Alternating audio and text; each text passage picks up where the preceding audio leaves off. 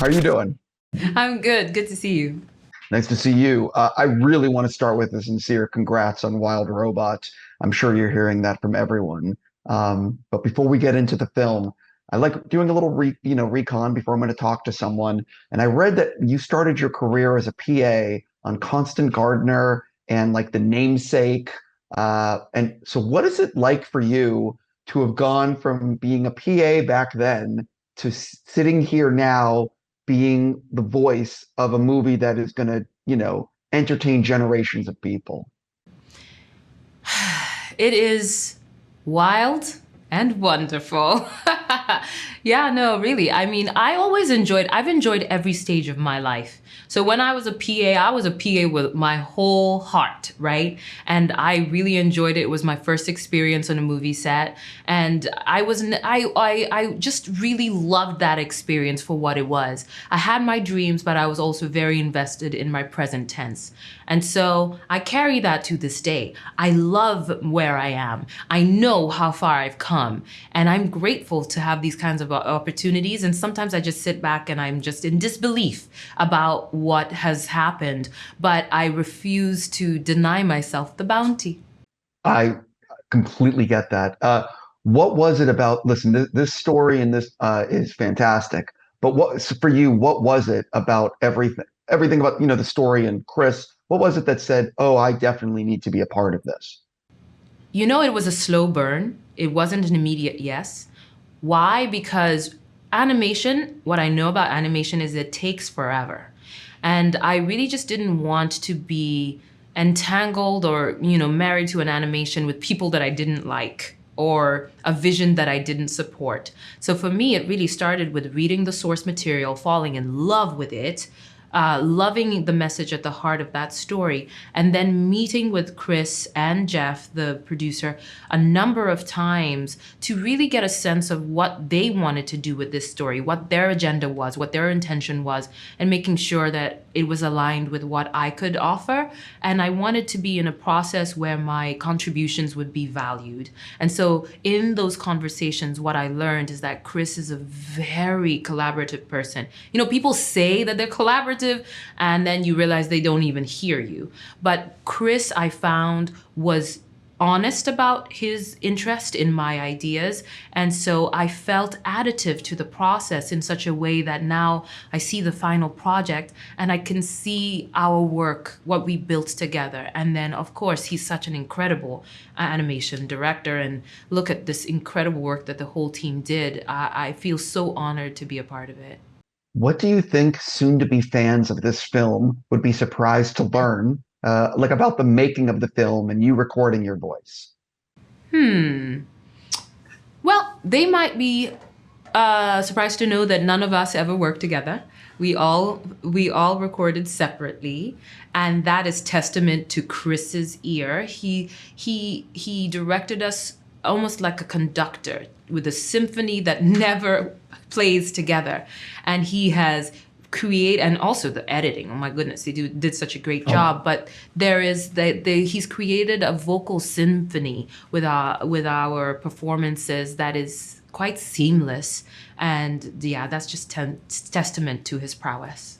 I am so curious what scene was like the toughest to figure out between Roz's robot voice and as it becomes more soulful. What was the toughest was that transition. The script through a few iterations on how Roz's voice develops.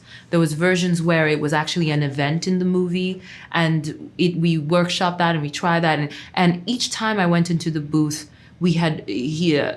Chris had massaged it and shifted it, and in the end, what we end up with is like the change is subtle, and so in the recording studio, we kind of had 3 points for Roz. Her early voice, which is the programmed optimism. I do not have the programming to be a mother. And then the middle where she's transitioning. Tell your people not to worry. And then finally the end where she's mother. And I am a wild robot. And so those were our codes for where we were when I was recording. And that was very helpful to me. And it's gorgeous to just see how it plays out in the final product.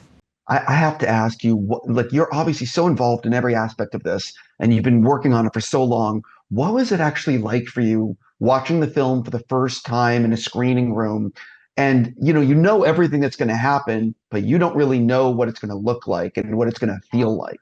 You know, I've watched this film twice. The first time I won't count anymore because it had my watermark all over it. So really, I just watched Wild Robot in the background and I just watched Lupita Nyong'o for an hour and a half.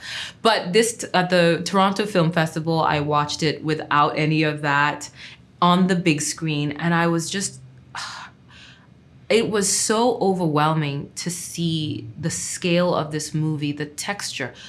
You can feel the hands that have gone into every frame that has made this feel like a moving painting. And then to hear all the performances and the music that Chris Bowers did, all of it playing together to create just like just a swelling experience. I was overwhelmed and I felt so proud of it, and I felt so honored to be a part of it. And I just thought, man, I am really living my dream right now. And it is quite beautiful. Well, the other thing is, I can't imagine what it's like to be contributing to a film like this and then to have so many people in an audience like tearing up or crying and being so emotionally invested in the journey of what you've done. Yeah, I mean, for me, unlike in live action, I feel a little bit more, I guess, in the front of it, you know? I feel a little bit more spotlit because it's my body, it's my performance. I was there when it was done. I knew what the sets looked like. But in animation, really, I play a very important supporting role. The real showcase is the artists that put this together, truly. And the performance of the animals and the scenery, it's so astoundingly beautiful that I could take it in like an audience member, quite honestly. And I loved it. I was just as moved as everyone else. Last question for you, because I'm basically out of time. I know you have a podcast coming out, Yes. what can you tease people about it? Why'd you want to do it? And part two is, I'm a fan of your work. What are you getting ready to film in the future?